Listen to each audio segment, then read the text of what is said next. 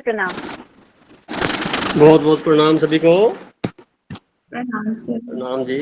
और ये जो है, प्रणाम गरिमा जी। प्रणाम सर। बहुत बहुत प्रणाम आपको। और लेट हो गया, क्षमा चाहूँगा। 8:02 हो गए हैं। तो हम लोग अभी 5 मेंबर हैं। 6। Very good.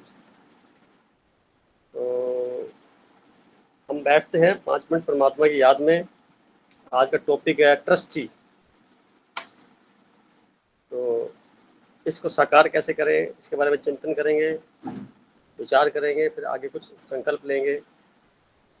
तो आप सब लोग आंख पूरी मत बंद करना आज। थोड़ा आंख कम खोलना, और इससे आपका अनुभव करना भी, इससे क्या होता है, अटेंशन कितना ज़्यादा आपका होता है। आंख थोड़ी सी आधी से कम खोलना, और फिर आप बैठिए, अपने श्वास के आने जाने के ऊपर ही फोकस करिए। और देखते वक्त ध्यान है भी, आपका जो देखना है वो सामने स्ट्रेट पटल पे अंदर की तरफ हो। हल्का सा दबाव नहीं देना, बहुत सरल तरीके से। Now start.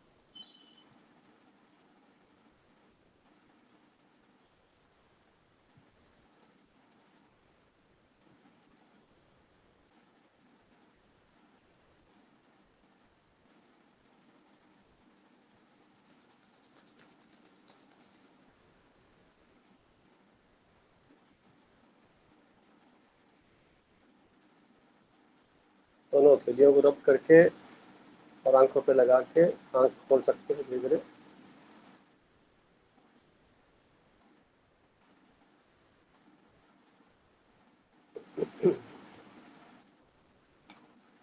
आज की इस वंडरफुल मीटिंग के लिए, सत्संग के लिए सबका तहे दिल से स्वागत है। आवाज़ सबको सुनाई दे रही है? जी रवि भाई साहब जुड़ चुके हैं? हाँ जी। तो हमारे जी भाई साथ साहब प्रणाम। प्रणाम रवि जी है, सोनिया जी हैं, गरिमा जी, छाया जी, मोनिता जी और 1 नंबर 2 नंबर और भी हैं। सबका तहे दिल से शुक्रिया पुनः। और रवि जी से आग्रह करूंगा कि वो आज के लेख को अपनी वाणी से ऐसे पढ़े जैसे निमित्त होकर के पढ़ रहे हैं। और ये जो शब्द है वो संसार के निर्मित शब्द हैं, परंतु उसका जो भाव है वो पीछे परमात्मा का डायरेक्ट कनेक्शन आपके थ्रू हो रहा है और हम सबको सुनाई दे रहा है। ऐसा भाव है, पढ़े आप प्लीज। जी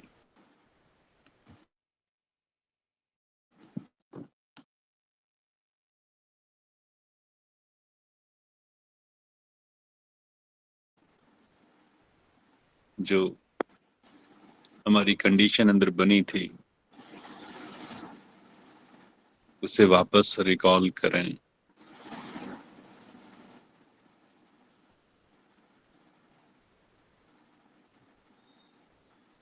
अपने गहरे उतरे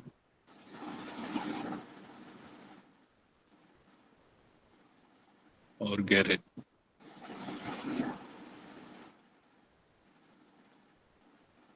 एहसास करें हमारे सभी के हृदय आपस में जुड़े हुए हैं।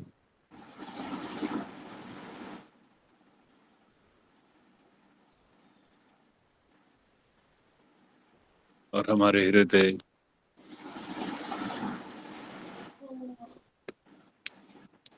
उस ईश्वर के महान हृदय से जुड़े हुए हैं।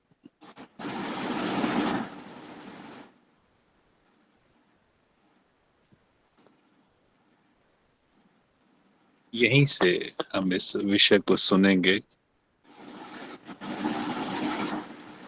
स्वयं को परमात्मा का ट्रस्टी।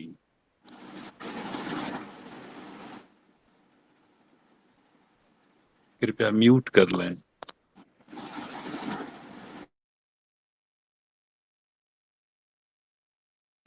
बहुत ही प्रासंगिक एवं प्राचीन काल से प्रयुक्त शब्द दान पुण्य से सभी परिचित होंगे और व्यावहारिकता में कभी कभी अनुभव भी किया होगा।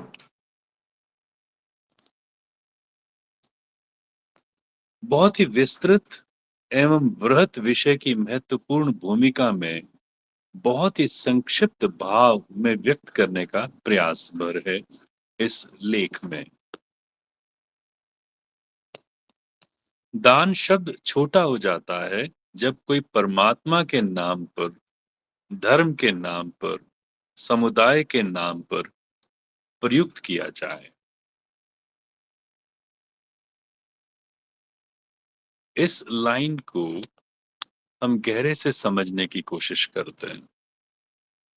हमारे भीतर में जो भाव इस समय निकल के आ रहा है इस वाक्य को पढ़ने के बाद, उसे समझने की कोशिश करते हैं।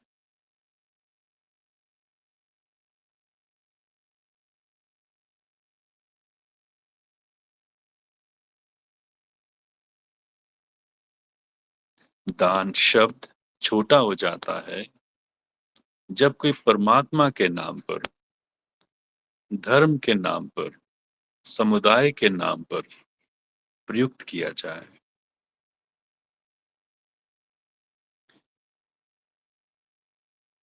दान का मतलब कुछ देना या कुछ लेना से है, जिसका सीधा संबंध हमारे बिलीफ सिस्टम पर निर्भर करता है, जो सभी का भिन्नता लिए होता है।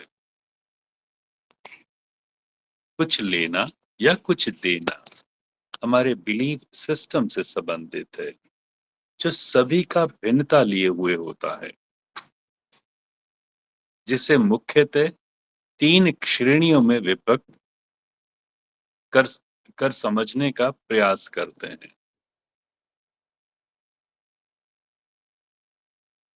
पहली श्रेणी में वो लोग जो देते वक्त अपने को अकर्ता स्वरूप होते हुए सिर्फ स्वयं को परमात्मा का ट्रस्टी मानकर मूल्यनिष्ठ जीवन शैली से दान देते हुए अनुग्रहित होते हैं,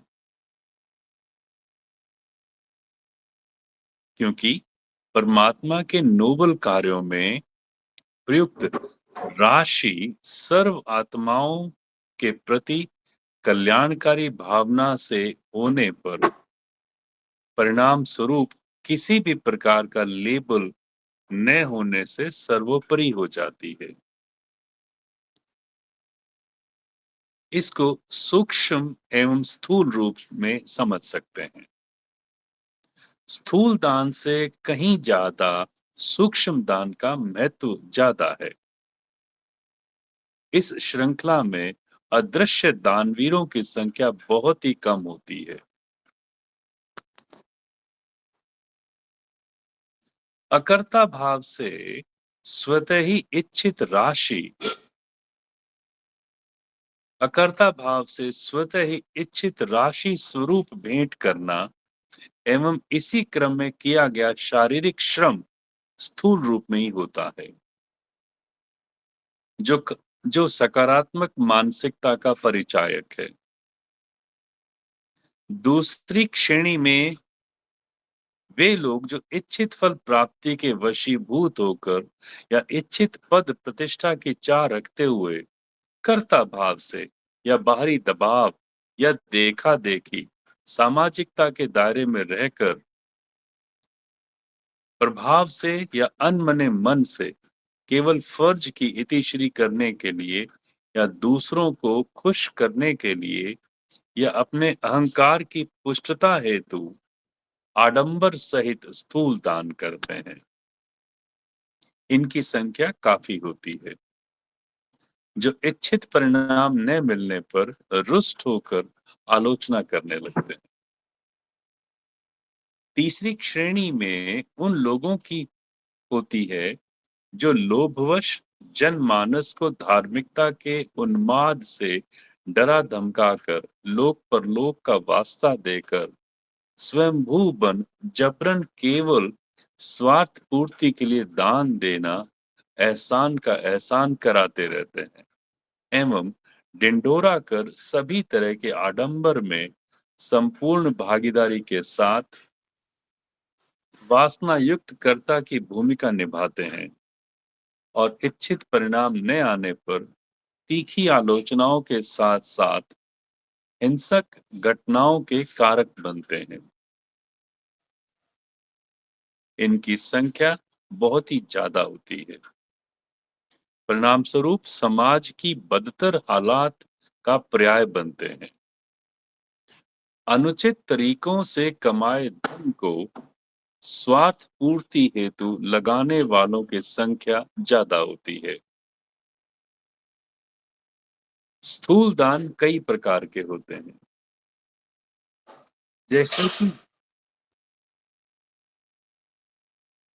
जैसे कि दान जो किसी इच्छित फल की प्राप्ति हेतु किया जाए या सामने वाले की दयनीय स्थिति को देखते हुए किया जाए या स्वेच्छा से किया जाए अथवा मजबूरी में किया जाए, सभी दान स्थूल श्रेणी में आते हैं। जबकि सूक्ष्म दान मानसिक चिंतन के साथ सभी प्राणियों के उज्जवल भविष्य की ओर मंगलमय भावना के साथ प्रेषित की जाने वाली अदृश्य तरंगों को उत्सर्जित करना है, जो पुण्य कहलाता है।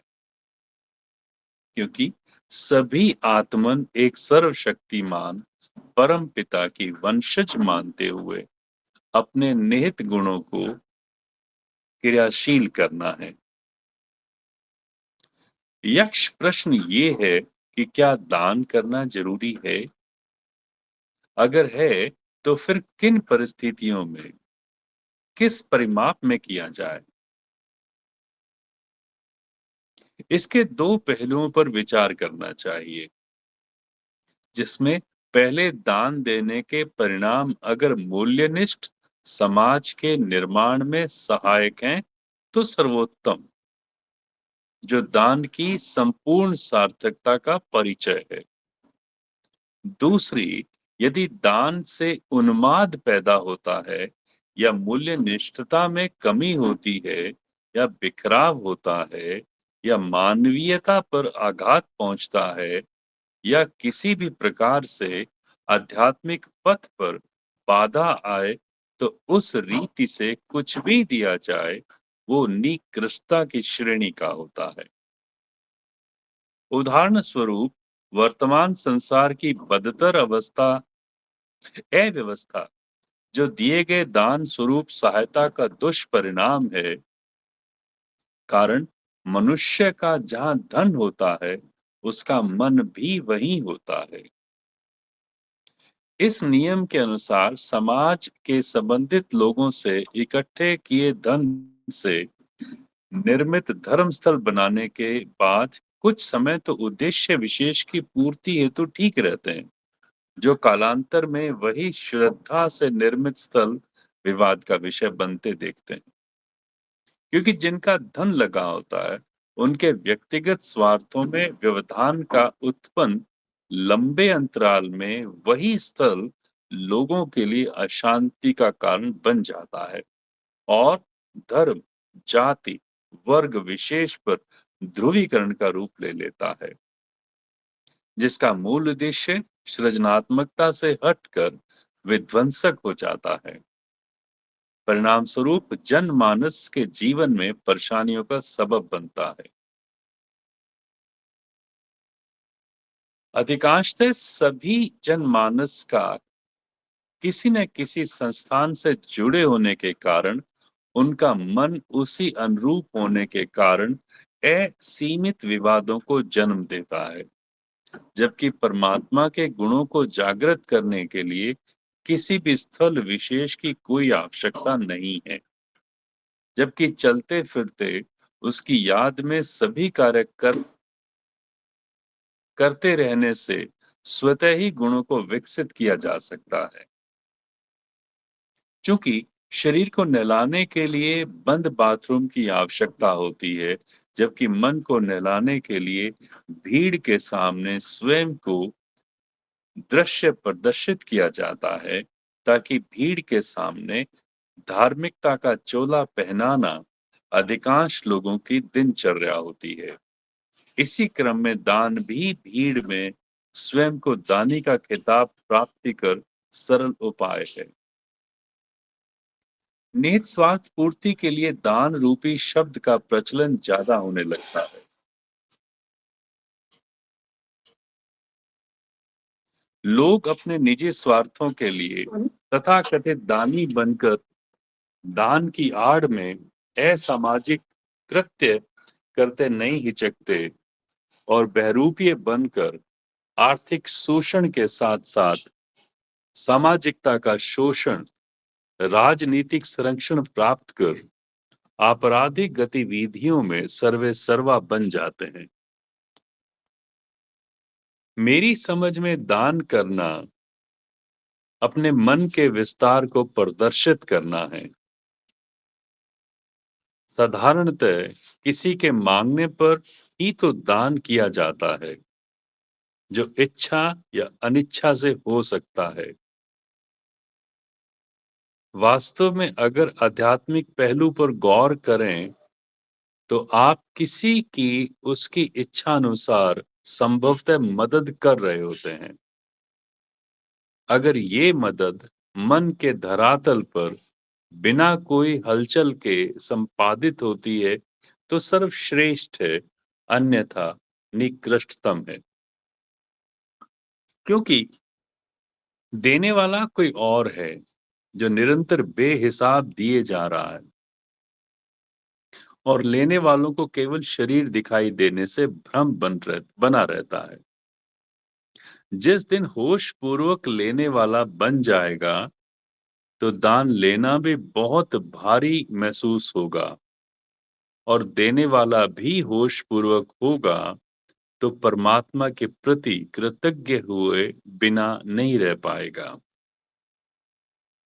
पुनः देने वाला कोई और है और निरंतर बेहिसाब दिए जा रहा है और लेने वालों को केवल शरीर दिखाई देने से भ्रम बना रहता है। जिस दिन होश पूर्वक लेने वाला बन जाएगा तो दान लेना भी बहुत भारी महसूस होगा और देने वाला भी होश पूर्वक होगा तो परमात्मा के प्रति कृतज्ञ हुए बिना नहीं रह पाएगा। वास्तविकता से परे दान की महिमा अपने ईमानदारी के कमाई धन राशि में से कुछ राशि परमात्मा प्रदत्त विभिन्न स्वरूपों में सहर्ष लगाने से स्वयं के ऊपर उपकार करने जैसा होता है, क्योंकि सूक्ष्म में दान ग्रहता दान देने वाले से बड़ा होता है, जबकि स्थूल रूप से देने वाला ही बड़ा दिखाई देता है। कारण वो अनजाने में उस चैन को निर्मित करता है जो अहंकार रहित अवस्था का परिचायक है। अगर दान स्वरूप भेंट मना करने पर स्वतः ही देने वाले के अहंकार को चोट चोट पहुंचाने जैसा होगा।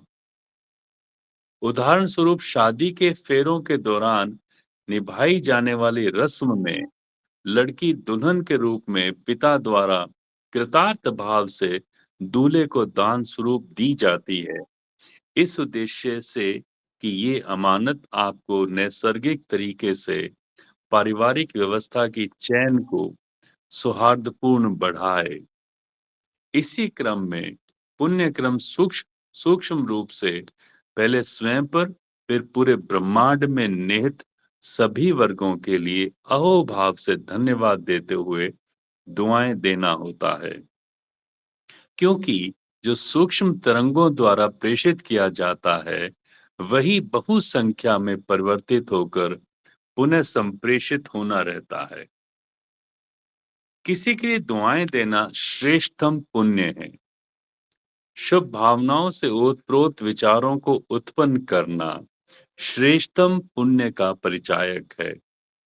भले ही स्थूल मदद ना भी कर पाए हों, जबकि स्थूल मदद स्वार्थ पूर्ति हेतु या मजबूरी में या जबरदस्ती अनिश्चित होकर करना ग्रहिता के लिए पाप पूर्ण दान होता है, जो स्वयं के लिए कई दुखों का कारण बन सकता है।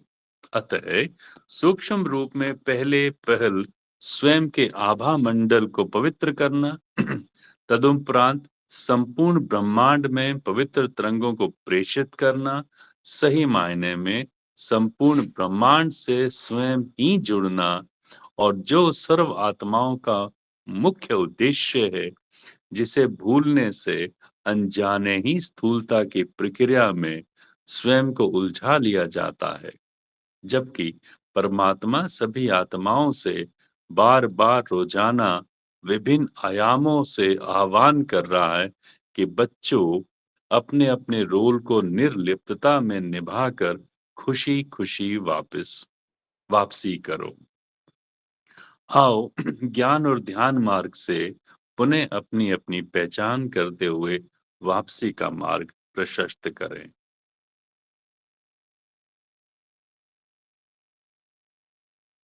अभी 1 मिनट और इसी मौन अवस्था में बने रहें। पूरे लेख को अपने भीतर उतरने दें।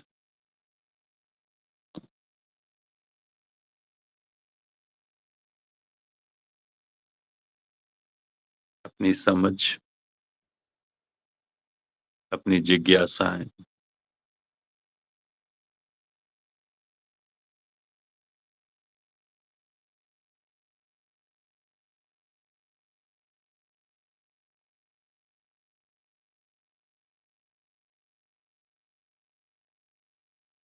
इन्हें प्रेषित करें।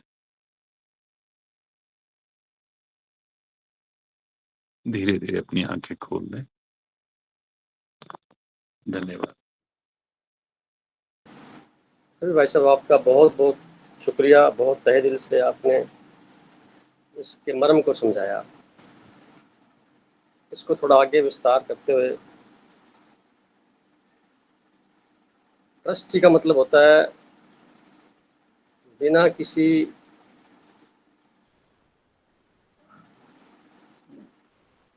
तनख्वाह के, ऑनरेरी, बिना किसी प्रयोजन के, बिना किसी कोई गारंटी के या कोई ऐसे एंगेजमेंट के अपने आप को वॉलंटरीली समर्पित करना, जिसमें परमात्मा ने अनकंडीशनल हमें शरीर दिया हुआ है इस प्रकृति के द्वारा। तो ये उपहार मिला, हमारे लिए एक अमानत हो गई। हमारी आत्मा इसके अंदर है, हम लोग इसके अंदर हैं। तो अब क्या है कि ये उपहारित शरीर अमानत में मिला हुआ है, हम इसके ट्रस्टी बन करके जितने समय के लिए मिला है इसको साफ सफाई पवित्रता का जितना हो सकता है ख्याल रखें। जीवन के अंतिम क्षण तक ये जैसे है लगभग वैसे रह जाए, बिना किसी विजातीय उपद्रव के, यानी बीमारियों से रहित। विजातीय उपद्रव मतलब बीमारियां, उससे बचा करके इसको रखा जाए अंतिम क्षण तक। और मन जो है वो आत्मा का ओरा है, तो वो भी मन आत्मा का ट्रस्टी बनता है। तो मन को आत्मा की ओर लगाया जाए, जो निसंदेह परमात्मा की ओर लग जाएगा। इसको अचीव करने के लिए जो रास्ता है वो अध्यात्म का है। सामूहिक रूप में हम लोग प्रेरणा स्रोत बनते हैं एक दूसरे के लिए, अभ्यास करते हैं सीखने के लिए। पर ये रास्ता अकेले का होता है। एकांत में बैठ के अगर आप 5 मिनट भी अहोभाव से थैंक्सफुल बैठ मोड में बैठते हैं और जो कुछ भी आज तक मिला उसका शुक्रगुजार करते हैं, और जिन जिन लोगों ने जितना जितना साथ आपको दिया उनका आप धन्यवाद करते हैं, उतना उतना उपकार मान लेते हैं, तो ये एक प्रकार का खुद को अपलिफ्ट करने का मार्ग है। जो ग्रहण करने वाला है ना वो बहुत बड़ा होता है, क्योंकि परमात्मा ने सबको एक समझ दी है कि खुददारी में रहना है। परमात्मा सब कुछ मिल रहा है वहां से, तो हम आपस में जो एक व्यवहार संसार में करते हैं, तो जो लेने वाला है वो बहुत बड़ा होता है और समझ नहीं होती उसको, इसलिए वो छोटा बना रहता है। जिसे समझ में आ जाएगी तो उसकी स्वाभिमानिता यानी उसकी जो आत्मिक शक्ति है वो जागृत हो जाएगी। फिर वो मांगना तो भूल जाएगा, देने के प्रयास में रहेगा। जो कुछ भी उसके पास होगा वो स्वतः ही अनकंडीशनल देगा, वैसे देगा जैसे हम किसी बगीचे में चले जाओ, वहाँ पे तरह तरह के फूलों की खुशबू आ रही होती है, तो बिना डिमांड के मिल रही होती है, मांगनी थोड़ी पड़ती है, और अनकंडीशनल मिल रही होती है, कोई कंडीशन नहीं है, और सबको समान मिल रही होती है। सूर्य की किरणें जब धरती पर पड़ती हैं तो बिना मांगे उनकी गर्मी के साथ उजाला मिलता है, रोशनी हो जाती है पूरी, अनकंडीशनल, सबके लिए बराबर है, इसमें किसी प्रकार का कोई भेद नहीं है। क्योंकि समाज ने सबको बांट करके जातियों में, वर्ण में, विभिन्न प्रकार की व्यवस्थाओं के तहत छोटा कर दिया सबको। शायद ही कोई आदमी बचा होगा जिसके ऊपर ठप्पा ना लगा हो ये फलाने धर्म से जुड़ा हुआ है, या फलाने संघ से, संप्रदाय से, या किसी और प्रकार के लेवल से लेबलिंग ना लगी हो। ये सारी लेबलिंग टेम्परेरी है, ये बचपन से हमें मिल जाती है समाज में, परिवार से, पर वास्तव में हमारी पहचान तो वो एक एनर्जी के रूप में है। अगर इस शरीर के साथ सारा ताम झाम जुड़ा हुआ है तो शरीर का भी स्वागत है, और हम अपने आप को इसी शरीर में रखते हुए, यानी हीरे को जो उसकी पैकिंग में रखते हुए पैकिंग का भी ख्याल कर ले, ये एक निमित्तता का उदाहरण है, और इसी को मैं ट्रस्टी बोलता हूँ। तो आज कुछ बातें क्लियर करते हैं पहले तो शरीर को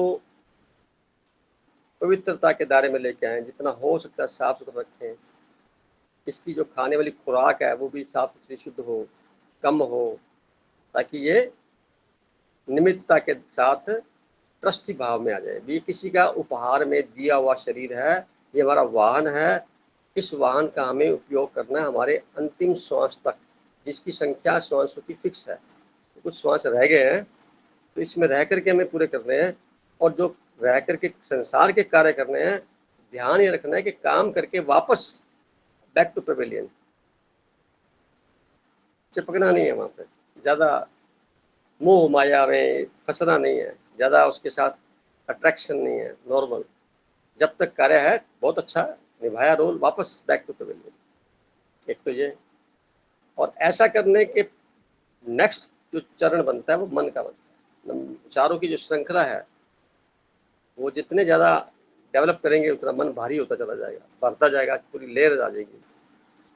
तो मन को भी जो है चांस ना मिले, वो भी संख्या में कम रहे, हल्का रहे। तो हर वक्त कार्य करते वक्त ये ध्यान रखा जाए कि मैं तो निमित्त हूँ। निमित्तता का एक कवर आपके ऊपर होना चाहिए, ताकि कुछ भी कार्य करते वक्त गलती भी हो जाए या कोई प्रशंसा कर दे तो उस पे वशीभूत होकर के अपने आप को असंतुलित नहीं करें, संतुलित बने रहें। किसी ने कुछ कह दिया तो कोई खास बात नहीं, वो उसके शब्द हैं, आप मत ग्रहण करिए, आप उसके पास चला रह जाएगा। जैसे कोई दान करता है तो सामने वाला नहीं लेता तो उसी के पास रह जाता है, तो वैसे ही तो है। हमें वो किसी ने कुछ कहा, हमें पसंद नहीं आया, कोई बात नहीं, और किसी ने तारीफ कर दी, वो पसंद आ गई, ये भी गलत है, उसमें भी नॉर्मल रहना है। और याद रखने की बात यह है, जितना ज़्यादा तारीफ किसी की होती है उतना ही संभावना बन जाती है उसकी तारीफ का उल्टा, यानी उसका विलोम, अपमान का भी रास्ता प्रशस्त हो जाता है। तो पल पल सतत तौर पे अटेंटिव रहना होता है स्वयं के कार्यों के प्रति, वाणी के प्रति, व्यवहार के प्रति।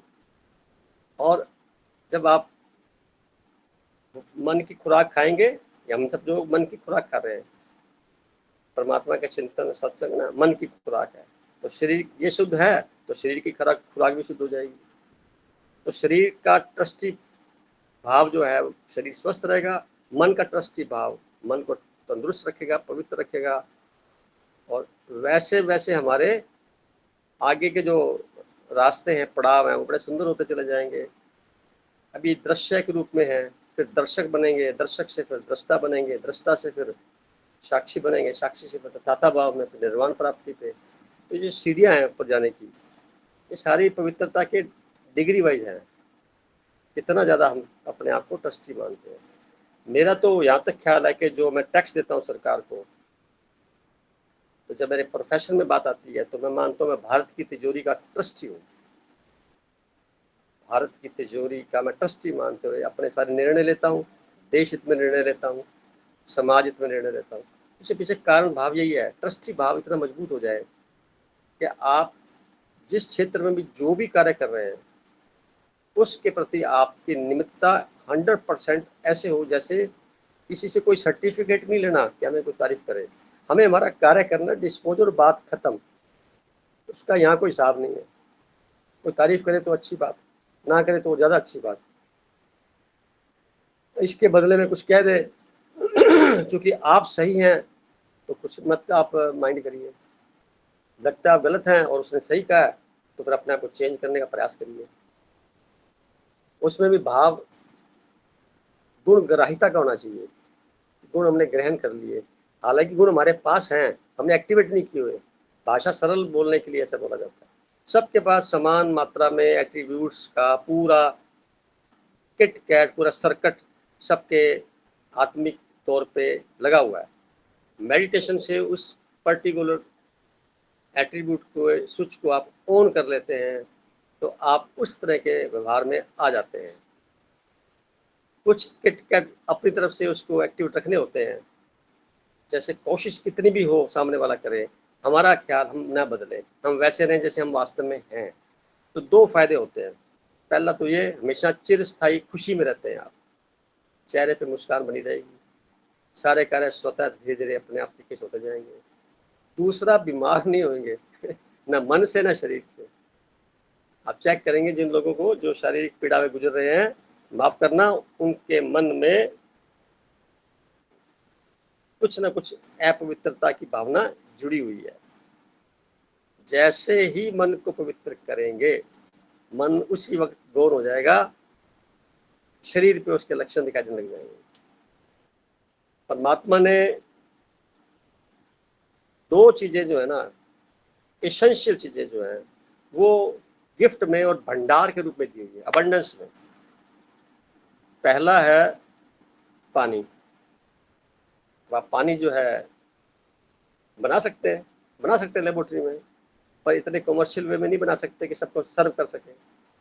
ये भंडार हमें मिला हुआ है, इसका सदुपयोग करना होता है। पानी कम नहीं पीना चाहिए, पानी पर्याप्त मात्रा में पीना चाहिए ताकि शरीर का शुद्धिकरण पानी से हो सके। पानी अगर आप 7-8 दिन नहीं पिएंगे तो चल जाएगा, पर ये हर जगह पे आपको मिलेगा, पूरे विश्व में पीने के लिए। कहीं चले जाइए, अपवाद को छोड़ दीजिए, मिलेगा। और पानी के बिना जीवन नहीं है।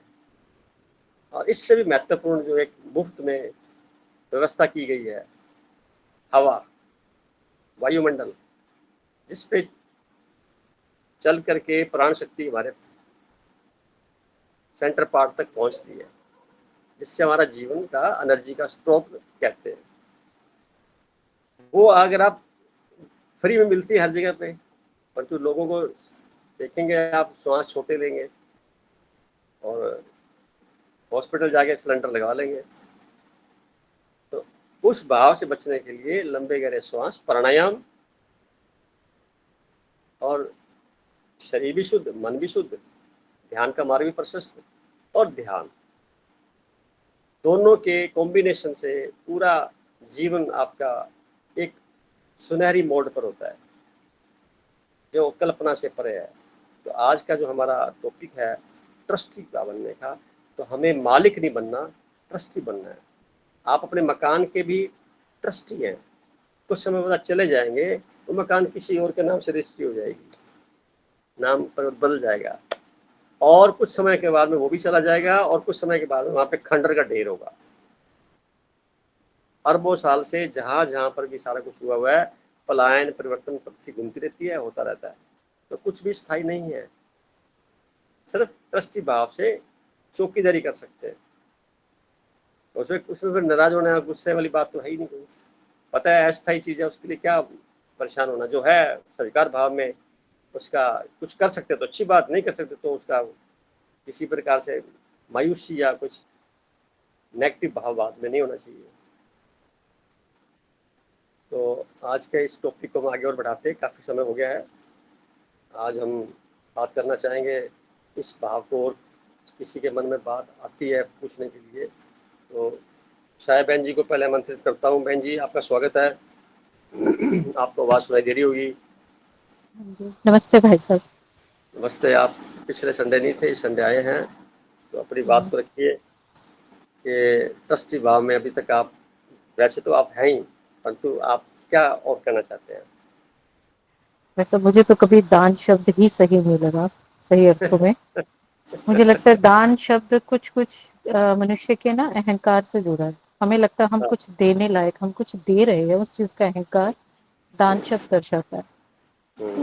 ट्रस्टी तो मुझे तो लगता है हम तो अपना जब शरीर भी हमारा नहीं मानते, एक भाव में मुझे लगता है हमारे सिर्फ हमारे जो विचार और जो शब्द है ना, वो सिर्फ वो हमारे हैं, बाकी किसी में हमें अधिकार का भाव ही नहीं रखना चाहिए। वो भी जब तक परमात्मा से ना जुड़े हों तब तक हमें लगता है। परमात्मा से जुड़ने के बाद हमारी आत्मा, जिससे हम जिसके लिए हम शरीर मिला है, ये आत्मा भी तो कहीं ना कहीं किसी और की है, किसी का पार्ट है, कहीं और का पार्ट है। हम उस पे सोचे कि हमारी आत्मा, हमें केवल किसी एक चीज को जन्म दिया जाता है कि उसके ऊपर काम करने के लिए, वो एक जैसे ज्योत के रूप में हमारे विचारों और हमारे शब्दों को, हमारे संस्कारों को, एक तरह से इन सब का टेस्ट होता है हर जन्म में कि हमने क्या सीखा, कितना अपने आप को इम्प्रूव किया। तो उस पे अधिकार तो हमारा है ही नहीं। जैसे हमारा मकान भी है, हम उसको मकान पे जितना मर्जी पैसा लगा ले, कुछ भी कर ले, लेकिन अधिकार नहीं है, क्योंकि वो चीज, जो चीज नश्वर है, वो तो, उस पे तो हम अपना अधिकार जता ही नहीं सकते। आत्मा भी, मैं कभी आत्मा को भी अनश्वर नहीं मानती, क्योंकि हमारा ये यात्रा ही इसको नश्वर रूप में बनाने की है कि ये भी कहीं जाके ऐसे विलीन हो जाए कि इसका भी अस्तित्व ना रहे। हमारा तो जीवन का उद्देश्य भी यही होता है। तो दान शब्द, हम किसी को कुछ दे रहे हैं, हम केवल अपने विचारों के थ्रू, अपने शब्दों के माध्यम से अगर किसी को देते हैं, तो सही शब्दों में वही हमारा अधिकार स्वरूप, हम किसी को कुछ दे सकते हैं। बाकी केवल किसी न किसी स्वार्थ से जुड़ा हुआ है। दान शब्द ही स्वार्थ से जुड़ा हुआ है। और दान शब्द कहीं ना कहीं, हम किसी के लिए कुछ करते हैं और हम दान शब्द इस्तेमाल करें, तो वो थोड़ा छोटा हो जाता है, लो लेवल की चीज हो जाती है। मुझे तो यही लगता है कि हम कौन होते हैं किसी के लिए कुछ, किसी को कुछ देने वाले।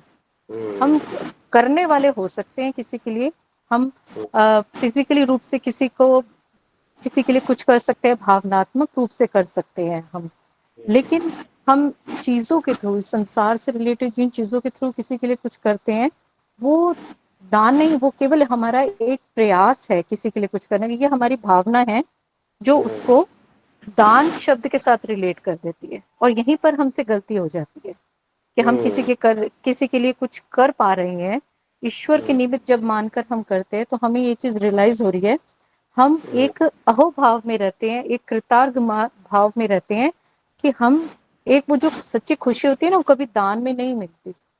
वो जब हमारे विचार ऐसे होते हैं कि हम किसी के थ्रू, हम किसी के लिए कुछ कर पाए, ईश्वर तेरा बहुत धन्यवाद, तो वो जो खुशी होती है वो दान में कभी नहीं मिलती, क्योंकि दान में वो कृतार्थ भाव नहीं होता। सही है। और इस संसार से जुड़ा हुआ शब्द ही है दान। अदरवाइज हम सब इस संसार में, और जब हम ये स्पिरिचुअलिटी में आए हैं, तभी इसका अर्थ समझ आया है। एक समय था जब मैं भी इस चीज को मानती थी कि कुछ किया जाए ताकि मेरे को कुछ मिले, यही भाव था, क्योंकि हमें संस्कारों में यही सिखाया गया था कि दान करने पर ये मिलता है, वो मिलता है, क्योंकि हम कहीं आत्मा से जुड़े हुए नहीं थे, हम इस संसार से जुड़े हुए थे। जब हम अपनी आत्मा से जुड़े, तब तो लगा कि मैं तो अपनी आत्मा पर भी अपने अधिकार नहीं जता सकती। क्या बात मैं है। तो अधिकार में, तो आत्मा भी किसी और का हिस्सा है, जिसको मैं इस प्यूरिफाई लेवल पे लेकर आना है। उसको मेरे को अपने, मैंने उसके अंदर जो कुछ भरा है, उसको खाली करने के बाद, आपने एक लाइन लिखी, जहाँ धन होता है वहां हमारा मन होता है। अब तो हमारा मन ही नहीं रहा, तो फिर धन हमारा कहाँ से हो गया? हमारा तो धन भी नहीं रहा, बहुत सुंदर बात। कुछ भी नहीं है। जब हमारा धन कुछ नहीं है, जब हमने शरीर पे काम करना है, ताकि हमारी आत्मा को, हमें जो आत्मा स्वरूप, जो ईश्वर को याद कर पा रहे हैं, या इस आत्मा के ऊपर जो हम काम कर रहे हैं, वो तब तक है इस जन्म में जब तक ये शरीर हमारे साथ है। तो इस शरीर के लिए भी हम कृतार्थ हैं, हम शरीर को संभाल रहे हैं ताकि हमें अधिक से अधिक समय मिले उसके ऊपर काम करने के लिए। जब ये शरीर नहीं होगा, तो उसके ऊपर हम जो काम कर रहे हैं वो भी तो खत्म हो जाएगा ना, फिर वो अगले जन्म तक पहुंच जाएगा, फिर हमें एक शरीर की आवश्यकता रहेगी। हम ईश्वर से, हमारी आत्मा ईश्वर से मांगेगी, एक शरीर की प्रार्थना करेगी, तो बताइए हमारा मन और शरीर हमारा कहाँ से हो गया? वो हम दान स्वरूप किसी से मांगेंगे कि हमें अगला जन्म मिले, ताकि मैं अपनी आत्मा पे काम कर सकूं, जो मेरे अधूरे कार्य रह गए वो कर सकूं, मैं अपने कर्जे उतार सकूं। हम तो अपने कर्जे उतारते हैं किसी ना किसी थ्रू, और हम उसके अंदर अपना अहभाव डाल देते हैं कि मैं किसी के लिए कर रही हूँ। हमें किस पता, ये साइकिल है। ईश्वर परमात्मा की इतनी बड़ी शक्ति है कि हमारे थ्रू, जब तक ईश्वर ना चाहे, इसका कोई कर्ज ना उतरे, हमारे थ्रू किसी के लिए कुछ हो ही नहीं सकता। हम किसी को दान क्या देंगे? सही है। अगर इस भाव में रहते हैं कि अगर हमने किसी के लिए किसी भी रूप में कुछ किया है, तो हमें ये यकीन मानना चाहिए, अगर हम परमात्मा को साक्षी मानकर कर रहे हैं, तो जरूर हमारा कोई ना कोई कर्ज उतरा है। हमने किसी के लिए कुछ नहीं किया, हम कुछ भी नहीं करते। हम किसी के लिए, मेरा तो यही भाव रहता है कि मैं किसी के लिए कुछ कर सकती हूँ, नहीं कर सकती, मेरा तो वो भाव भी नहीं रहा है। मेरे को तो ऐसे लगता है कि अगर मैं किसी को खाना भी परोस रही हूँ, तो मैं उसके निमित्त हूँ, मेरे को ये करना था, मैं उसके लिए कर रही हूँ। मैं किसी को भोजन कैसे दे सकती हूँ? अगर मुझे वो परोसने के लिए, अगर मुझे ये समय और ये मौका मिला है, तो परोसने के लिए, ये मेरी इच्छा पे आ गया, यहाँ पर हमारी इच्छा थोड़ी जुड़ जाती है, क्योंकि ये हमारा कर्म है। ईश्वर हमें बहुत मौके देता है, लेकिन वो मौके को पहचानने के लिए भी तो हमें परमात्मा से जुड़ना पड़ता है। हम उसकी आवाज भी तब सुनेंगे, जब हम उसकी आवाज नहीं सुनते ना, तो हमारे हाथ से कुछ भी होता है तो हम उसको दान बोलते हैं। लेकिन जब हम परमात्मा की आवाज सुनते हैं और हम किसी के लिए कुछ करते हैं तो हम कृतार्थ होते हैं। क्या बात है, बहुत सुंदर। हम ईश्वर को धन्यवाद करते हैं, क्योंकि हमें पता चल गया कि हमारे हाथों जो कुछ हो रहा है उसमें किसी और की मर्जी है, मेरे क्या हाथ बात उसमें है। एक जरिया है केवल। सही है, सही है। बहुत अच्छा आपने बहन जी बताया और अनुभव में लिया, और आप वास्तव में वैसे हैं भी। मन में आपके हमेशा खुशी बनी रहती है, जब भी कुछ कार्य आप करते भी हैं तो उसके फीलिंग में ऐसा रहता है कुछ कि अंदर से आप प्रफुल्लित रहते हैं, ये पहचान होती है। बने रहिए। मोनिता बहन जी, आपसे पूछना चाहेंगे, आप क्या समझते हैं? सर प्रणाम सभी को। बहुत अच्छा। गुड इवनिंग साथ रविवार है। हम्म, सर मैं तो कुछ समय के लिए थोड़ा सा घूम गई थी, पूरा लेख पढ़ते हुए फिर सुनते हुए भी। हम्म, तो मेरे दिमाग में ये बात आ रही थी, दान जो है आपने जैसे धन को लेकर विशेष तौर पे बताया, लेकिन मेरे हिसाब से ज्ञान का दान भी है और बहुत सारे स्थूल रूप में दान है, सूक्ष्म दान भी है। तो मतलब मुझे ये लगा कि जब भी हम किसी से कुछ ले रहे हैं तो क्या वो दान है। तो पहले ये लगा कि आपसे हम 4 साल से जुड़े हैं पिछले, और आप निरंतर हमें कुछ दे रहे हैं। तो और उसके बदले हम आपको मतलब हम ले रहे हैं, आप दे रहे हैं, ऐसा महसूस हुआ मुझे कि ये एक गलत चीज हो रही है क्या, कि हम लिए जा रहे हैं आपसे। फिर जैसे अभी छाया बहन जी ने जैसे ही कहा कि हम कुछ नहीं है, हम केवल एक निमित्त भाव हमारा होता है, दान जैसी कोई चीज नहीं होती है। और वो हमारा कर्ज है जो हम निरंतर शरीर के माध्यम से उसको चुकता करते हैं। मतलब शरीर एक्चुअली, आत्मा को शरीर सिर्फ इसलिए ही मिलता है कि अपना हिसाब किताब बराबर कर सके। ये बहुत बात सही, तो खैर समझ में आती है सही जी। है। और जिस दिन हिसाब किताब पूरा हो जाएगा शायद फिर जन्म आगे नहीं होगा। सही है, सही है, सही आत्मा, कह रहे जी हैं आप। जी। तो हर अभी इस जन्म में ये महसूस हुआ। और क्योंकि जैसे ब्रह्मा कुमारी में डूबते हुए बाबा कहते हैं कि संगम युग है, यानी कि ट्रांजिट है जिसमें परिवर्तन होना, अगला युग जो है सतयुग है। तो हमारा जैसे हम अध्यात्म से जुड़ गए, हमारा ये अंतिम जन्म होना चाहिए, क्योंकि हमें सच में जीवन का अर्थ मर्म समझ में आया है कि ये शरीर क्यों मिला है, और इस शरीर के माध्यम से ये जो कर्म हमसे हो रहे हैं या विचार भी जो हो रहे हैं, उस माध्यम से हमारा ये अंतिम जन्म होना चाहिए। मतलब ऐसा कुछ भी ना रह जाए, सब सेटल हो जाना चाहिए, कुछ भी सही है। अकाउंट में शेष नहीं रहना चाहिए, वो तो हम्म, खत्म करके जाना है। पर उसको बहुत खत्म करने के लिए हम हमारे जीवन में क्या कुछ हमारे साथ चलना चाहिए। मतलब ये कि कोई किसी का भी अकाउंट हमारे साथ शेष ना रहे, इसके लिए संकल्पों से भी कुछ ऐसा बैलेंस ना रह जाए।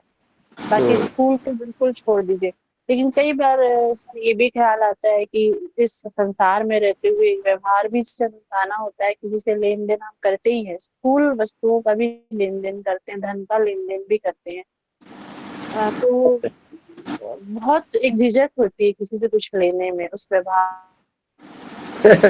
मैं यहाँ एक छोटी सी हाँ, बात कहना चाहूंगा। तो कभी कभी दिमाग इसमें चला जाता है। जी जी क्या है, लेना देना छोटा शब्द ही छोटे हैं, बहुत छोटे शब्द है।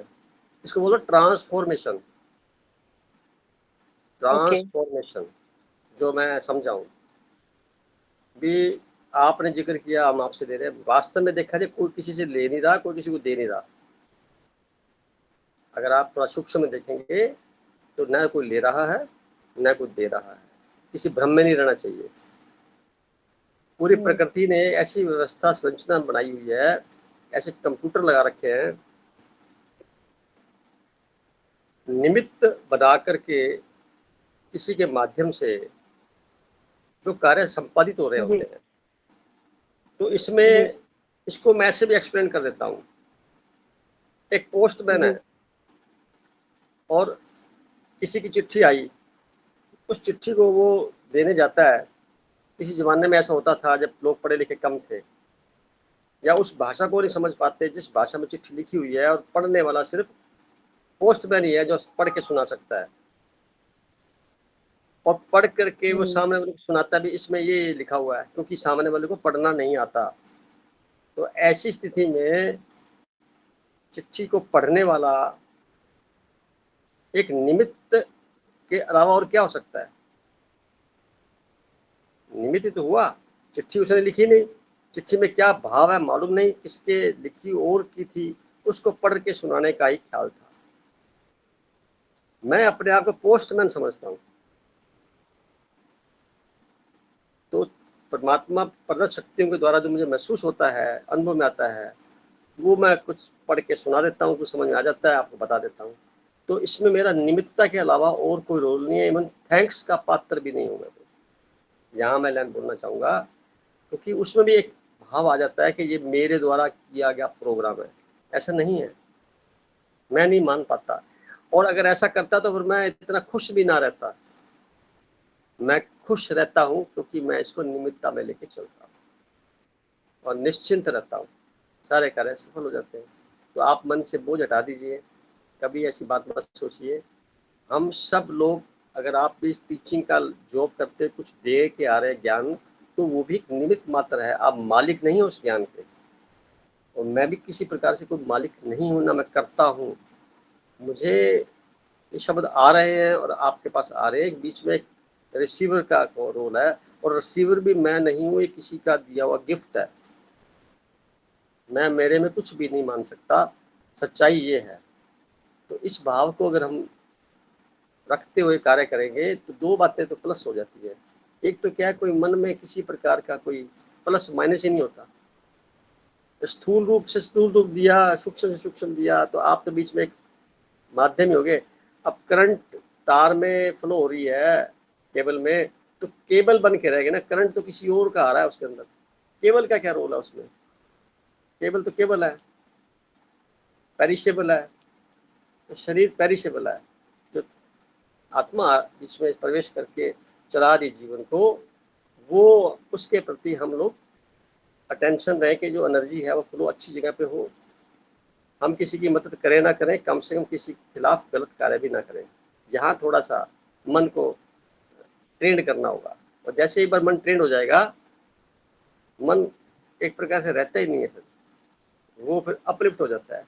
आप ध्यान करते बैठते हैं, ऐसी स्थिति भी होती है जब आप अपने शरीर को देखते हैं कि बहुत फैल गया, इतना फैल गया कि शरीर के कण कण हो गए और पूरे वायुमंडल में समा गया, और आप गुप्त प्राय हो गए, लुप्त प्राय हो गए।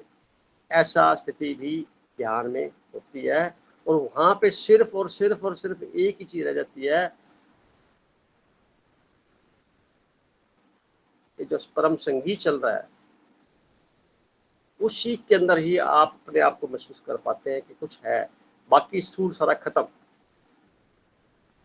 तो उस स्थिति को अगर आप चित्रण, मैंने बताया, चित्रण को अगर आप समझ लें अपने जहन में, तो क्या होगा? आप मालिक कहाँ रह गए, कर्ता कहाँ रह गए? कोई कुछ करा रहा है, हम सब लोग बहन भाई उस परमात्मा की सत्ता के लिए, पवित्र शब्द होता है, बच्चे हैं, उसके वंश के हैं। तो उसकी क्वालिटी, उसकी एट्रीब्यूट्स को हमने धारण किया हुआ है, पहले से हमें गिफ्ट मिली हुई है, उसको एक्टिवेट ही तो करना है। इसलिए तो हम संडे को इकट्ठे होते हैं। अब आप सब लोग इकट्ठे होके आते हैं, तो इसके पीछे भाव क्या है? कुछ नया होने का भाव है, कुछ अपने आप को और जानने का भाव है। और मैं भी आप सबके साथ बैठ करके अपने आप को निखारने में लगा रहता हूँ। सच बात तो ये है, और मुझे भी बड़ा मजा आता है, कोई मन में भाव नहीं ऐसी आता। तो आपने सर अच्छा आपके जितने बताया। शब्द है ना सर, आपके जितने भी शब्द है, ये आपके मुख से इसीलिए निकल रहे हैं सर कि आप एकदम निमित्त भाव में आ गए हैं। मतलब आप बहुत ऊंची अवस्था में पहुंच गए हैं। और एक साधारण मनुष्य तो हमेशा उसके मन में मैं का भाव इतना रहता है कि थोड़ा सा भी कुछ होता है तो मैंपन का भाव होता है कि मैंने ये किया। जबकि सच है कि सबसे बड़ा सत्य यही है कि हम कुछ भी नहीं करते हैं, कराने वाला वो है, उसके हिसाब से सारा कुछ चलता रहता है। बस ये है कि हम उसको कितना समझ पाते हैं। तो मतलब वो जैसे मेरी बात शुरू हुई थी और फिर बीच में ही वो, इसीलिए मैंने उसको चेंज कर दिया। या छाया बहन जी ने जैसे कहा कि हम कुछ भी नहीं करते हैं, हम केवल निमित्त भाव हैं और एक तरह से जो भी अकाउंट्स है वो सेटल हो रहे हैं बस, और कुछ भी नहीं है हमारे। तो लेन देन वाली बात ही नहीं रहती है यहाँ पर। और ये बात ये आप हमारा सौभाग्य है सर, बहुत बड़ा सौभाग्य है कि अ, हम यहाँ पर एक दूसरे के साथ इस तरह की चर्चा करते हैं, एक दूसरे के साथ हम विचारों को ट्रांसफर करते हैं हम एक दूसरे में। तो बहुत बहुत एक ट्रांसफॉर्मेशन है, धन्यवाद है परमात्मा, बहुत धन्यवाद है ट्रांसफॉर्मेशन परमात्मा, है बहुत उस सुप्रीम एनर्जी का। हम सब के माध्यम से एक दूसरे को हम प्रमोट करते हैं, उसके गुणों को और आगे अपलिफ्ट करने का प्रयास करते हैं। ऐसा करते हुए अपने गुणों को भी तो कर लेते हैं ना। जो दोगे वो लौट के तो वापस आएगा। आप कितना कई गुना जबरदस्त होके आएगा, कितना कई है, गुना होके आएगा। एक गुना हो जाता है।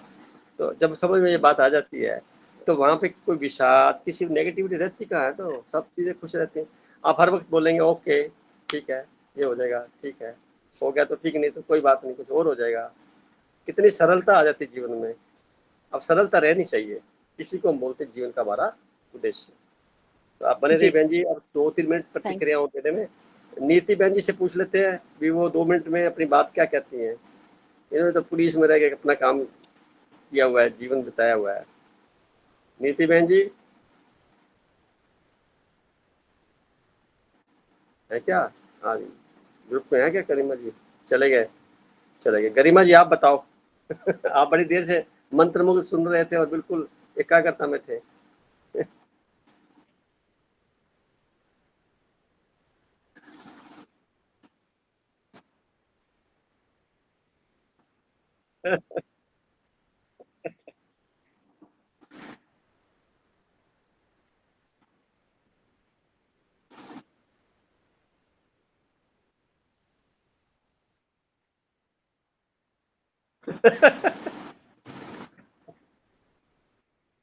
हाँ।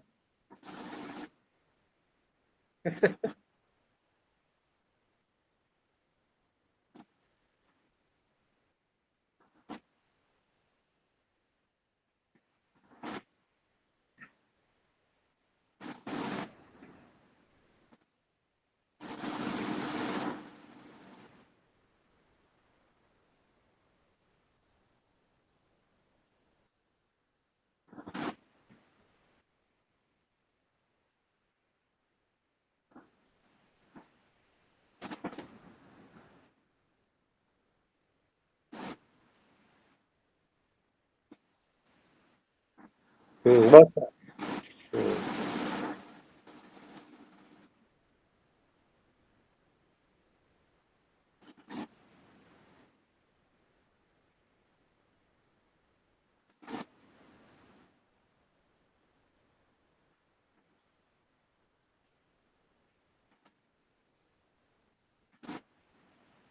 हम्म,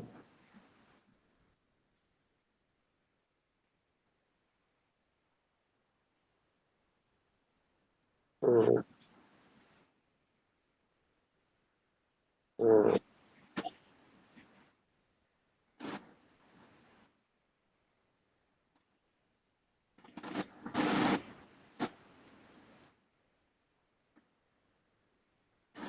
आपकी एनर्जी का जो लेवल है ना, वो ट्रांसफॉर्म होता है दूसरों में।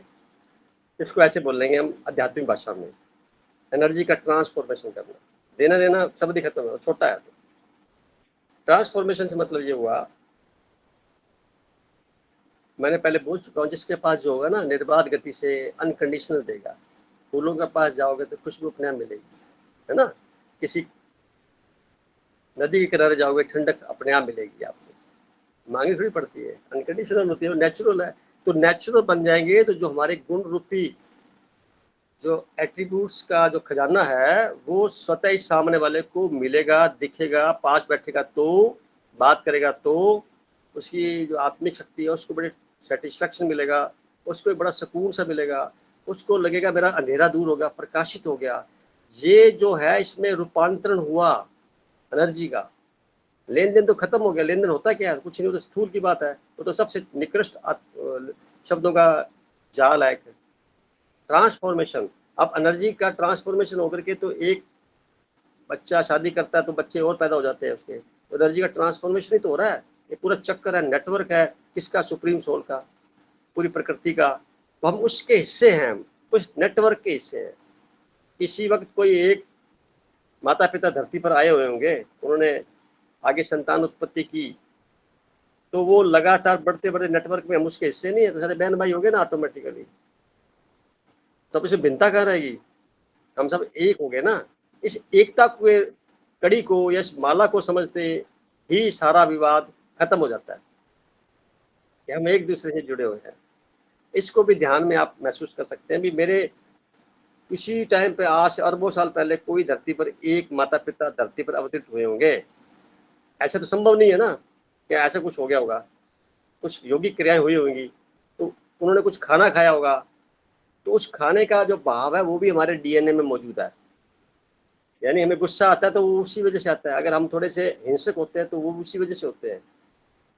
और कुछ झूठ बोल रहे हैं तो पता नहीं किस महापुरुष ने झूठ बोलना सिखा दिया, तो वो आगे लंबा कर उसको निकृष्टता में डिग्रेडिंग होता चला गया के लिए। तो उस डिग्रेडेशन वाले को पुनः वापस पहले स्थिति में लाना, प्योरीफाई, इसलिए हम सब इकट्ठे हुए हैं। मकसद हमारा ये है सबका। तो सोनिया जी, आप तो बड़े चिंतन दिखाई दे रहे हैं। नहीं सर, बिल्कुल सही बोल रहे हो। हाँ, तो ये जीवन का भाव है। आज की जो ये छाया जी ने अपना पूरा दिखाया। नीति बहन जी वापस जुड़ गए हैं, इनसे दो शब्द पूछते हैं और फिर मीटिंग को समाप्त करते हैं, क्योंकि 9:06 हो गए। नीति बहन जी नमस्ते भाई साहब।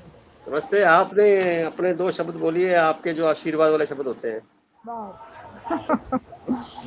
आप तो देवदूत है। आप वो ग्रेट है, नाम कुछ ग्रेट है। बोलते रहो, कोई फर्क नहीं पड़ता मेरे को। आप ग्रेट आप कहोगे काम चोर है, डिलीट करते तो भी स्वीकार है। हम ग्रेट है भाई साहब जी। आपके आज का लेख में एक मुझे बहुत अच्छा लगा भाई साहब जी। देने वाला कोई और है जो निरंतर बेहिसाब दिए जा रहा है। हाँ, बहुत भारी, बहुत भारी, वो मुझे बहुत पसंद आया। अब ये शब्द कितना कीमती है, अगर थोड़ा समझ में आ जाए। तो माता पिता कहते हैं हमने बच्चों को पाल पोस के बड़ा किया, मैं कहता हूँ कुछ नहीं किया, निमित्त है भाई। आपके पास कुछ अमानत थी, उसको आपने अमानत में कहीं खयानत नहीं कर ली हो, उसका भी हिस्सा कहीं खा पी लिया हो, ये भी नहीं होना चाहिए।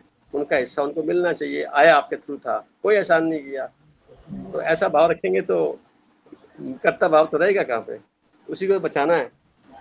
इसलिए जो समझ में आता है देने वाला कोई और है। आप यकीन करिए, देखो मेरे को अभी इतनी उम्र हो गई है, किसी टाइम पे सोचा करता था कि अब क्या होगा, क्या कैसे करेंगे, पर जैसे समझ में आती गई तो लगने लग गया, निश्चिंतता आ गई, भय मुक्त हो गया। हर आदमी सिक्योरिटी देखता है ना, वो आदत खत्म होगी, बहुत पुरानी बात होगी। उसका कारण ये हुआ कि पता लगा जब झूठ प्रतिशत होता है अपने आप आ जाता है, कोई कारण बन जाता है। आप लेने का तरीका क्या है, हमारे को शरीर दिया है, कमाई करके फिर आप इस्तेमाल करिए, ठगी थोड़ी मारनी है, बेईमानी थोड़ी करनी किसी से। जब आदमी को प्रकृति ने शरीर दिया है, 2 चीजें फ्री कर दी, हवा और पानी, बाकी भोजन की व्यवस्था तो आपको करनी है ना। तो उस तरीके से मेहनत करिए, ईमानदारी से करिए, परमात्मा को समर्पित भाव से करिए, जो मिल जाए स्वीकार करते हुए कृतार्थ भाव से यूज कर लीजिए, बस वो होगा काम। इसी को तो बोलते हैं ट्रस्टी भाव, और ट्रस्टी भाव का मतलब यही है। कोई एहसान नहीं, किसी प्रकार कोई कंप्लेंट नहीं, किसी प्रकार किसी कोई ऐसा अहंकार का पाठ नहीं, कोई कुछ मतलब शब्द ही बोलना गलत है। तो आदमी निश्चिंत होकर निरुक्त में रहे, पवित्रता के बाद में रहे, सबको उसी दृष्टि से देखे, खुद की दृष्टि ठीक हो जाएगी, खुद का स्वभाव ठीक हो जाएगा, खुद का शरीर ठीक रहेगा, खुद का मनोदशा इतनी शानदार रहेगी। हर वक्त दुआएं निकलेंगी, हर वक्त कुछ महावाक्य निकलेंगे, साधारण से वाक्य तो निकलेंगे ही नहीं, सारे वाक्य महावाक्य बन जाएंगे, किताब लिख सकते हैं, पूरी ग्रंथ बन सकता है। तो संत पैदा होने बंद थोड़ी हो गए हैं। सभी को नमस्ते। आप एक ब्रह्मांडीय शक्ति को मैं आभारी बोल रही, क्योंकि इतने सब अच्छी तरह से जुड़ रहे हैं और मुझे तो बहुत बहुत आपकी वजह से मैं पॉजिटिव हो गई है। Thank you very much. चलो बने रहिए बहन जी। अब टाइम हो गया है 9:09 और कोई मेंबर वॉलंटियरली बोलना चाहे तो ठीक है, नहीं तो फिर अपने फाइंड अप करते हैं। तो रह गया कुछ, ये सब जा चुके हैं। अब रह गया तो कौन रह गया? पुरुषोत्तम भाई साहब रह गए। जी पुरुषोत्तम जी, सर, आप भी 2 महीने बोल दो, क्या लगता है नमस्कार आपको? जी। पंजाबी में मैं बोल तो दो, समझ में आ जाएगा। मैं तो आपका बहुत सारा सुन लेता हूँ बहुत अच्छी तरह बैठ के आराम से। बस मेरे को इतनी वो हो जाती है, एनर्जी मिल जाती है कि पूछो मत। क्या बात है, क्या बात बहुत है। एनर्जी मिलती है। हम्म, आज मैं थोड़ा सा लेट हो गया। हम्म, हाँ, मैं बहुत एनर्जी मिलती है क्योंकि मैं एनर्जी अपनी मिलती है। जमीन जमून वो निवेड़नी है ना। अपने आप हो जाएगी वो आपकी। और नहीं सर, अपने आप मेरे भाई मेरे को देने को तैयार नहीं है। आप अपने में रहिए, मैं तो अपने में हूँ। बस खत्म।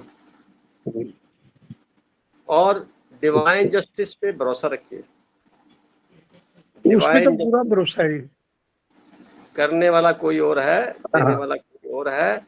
आपके मुकद्दर में जहां जहां जितना खाना पाना तैयार पड़ा है, दाना दाना पे नाम लिखा है, वो मिलेगा ही मिलेगा, मिलेगा ही मिलेगा। बस ठीक है जी। क्या करो भले ना करो, वो आएगा। आप जो चपाती खा रहे हैं, पता नहीं कौन से खेत से अनाज पैदा होकर के कौन सी चक्की से पिस करके आपके पास आया है, पता नहीं आपको। बिल्कुल बिल्कुल सही बात है। तो हम इस बात पे कैसे अंदाजा न लगाएं। मैं बिल्कुल ये सही। घटनाएं रोज देखता हूँ, डेली, और बहुत अनुभव में आती हैं। जी जी जी किसी के लिए भोजन बना था, खा कोई और गया। जी जी जी मेरे को वो घटना याद आती है, मैं जिक्र करता हूँ। ब्रह्मा कुमारी सेंटर में आज से कोई 35 साल पुरानी बात होगी। जी जी जी मैं फास्ट रखता था, जैसे मंगलवार, बृहस्पतिवार, संडे का भी मैं नमक नहीं खाऊंगा खाना। तो पहली जी बार जब उन्होंने ब्रह्मा भोज में मुझे बुलाया, जी तो भोजन रख दिया। मैं कहा, बहन जी मैं तो नमक खा नहीं, आज मेरा तो बिना नमक का खाना होना चाहिए। और जी मैंने आपको बताया नहीं, क्योंकि अच्छा नहीं समझता था। जी वो कहती है, बिना नमक का तो खाना हमारे पास है नहीं, खाना नमक लगा हुआ है। चलो, मैं कोई बात नहीं, मैं इसमें नाराज होने की बात नहीं है, मैं संतुष्ट हूँ, बैठा रहा। 2-3 मिनट बाद वापस आई, भाई साहब आपका तो गजब हो गया। क्या हो गया? आज हमने शिव बाबा के लिए, ये परमात्मा के लिए, हमने थाली सबसे पहले निकाल के भोग लगाते हैं, जी। उसमें नमक डालना भूल गई मैं। क्या वो थाली बात, पड़ी है आपके लिए। क्या बात है, क्या बात है। बहुत अच्छी बात है। कहते वो थाली परमात्मा की, वो मैं आपके लिए लेके आती हूँ, उसमें नमक डालना नहीं। अब ये विचार कहाँ से आया? अब प्रकृति ने उसमें नमक उसको डालने नहीं दिया, यानी कोई निमित्त सही है। बात। जी जिसको चिंता है कि मुझे खाना चाहिए, जी जी जी जी इस घटना ने मेरा जीवन बदल दिया। ये सही बात है। तब से मैं बदलता चला गया। कोई है, कोई है। सही बात है। तो आप सबको बताना चाहता हूँ, कभी भी चिंता ना करें कि कल को क्या होगा। वो सबका अपना चिंता। भाग्य है, सारी व्यवस्था बनी हुई है, हम निमित्त हैं। संजोग होगा, सारे काम हो जाएंगे, समय से पहले नहीं होगा। सर, मैं जब से आपके साथ जुड़ा हूँ, मैंने चिंताएं तो फेंक दी है। वो नहर में डाला है ना, नहर में, चिंताएं तो नहर में फेंक दी डाला। है। हाँ जी। बहुत सी बात है, बहुत सी बस। बात।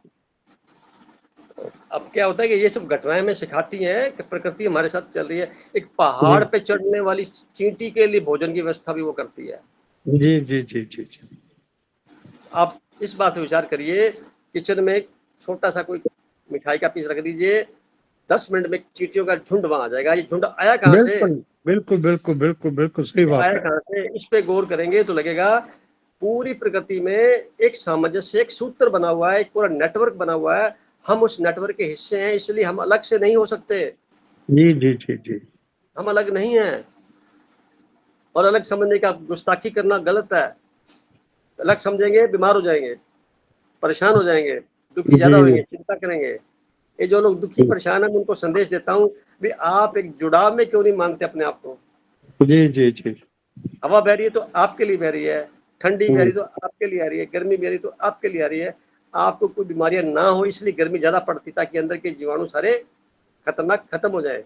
आप सहन करने की क्षमता बढ़ाइए, आप उस जैसे रहिए, उस जैसा भोजन करिए, जी जी जी इतने कृतार्थ भाव से भोजन करिए कि भेजने वाले ने दिया, आज मेरे लिए यही सामान मिला है खाने के लिए, मुझे इसी पे गुजारा करना है।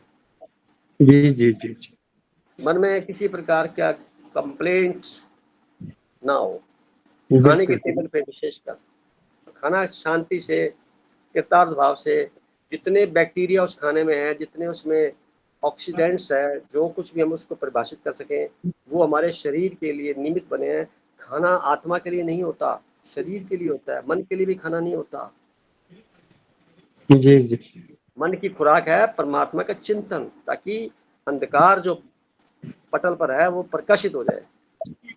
जी मन प्रकाशित हो गया तो उसको खुराक मिल गई। तो 7 दिनों का जो अपना ये उपक्रम है मिलने का, ये थोड़ा बहुत अंधेरा कहीं आ जाता है तो उसको दूर करने के लिए ये प्रकाश की टॉर्च से उजाले में कन्वर्ट हो गया। और शरीर के लिए जो खाना खाते खाइए। ये दोनों विजातियां हैं, दोनों विजातियां आत्मिक एनर्जी शरीर को टच नहीं करती। मैं आपको एक नई बात बताता हूँ, टच नहीं कर सकती। क्यों? टच करते ही तो खराब हो जाएगी। जी जी उससे थोड़ा ऊपर दूरी बनाए रखती है, विजाती है इसलिए। जी जी जी तो हमें भी संसार में विजातीय तरह रहना है, व्यवहार के दौर पे।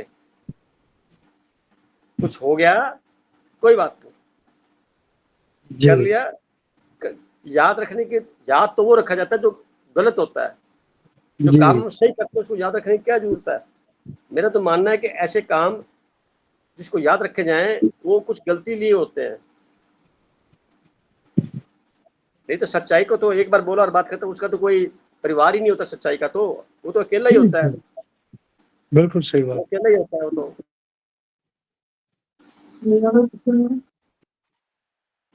तो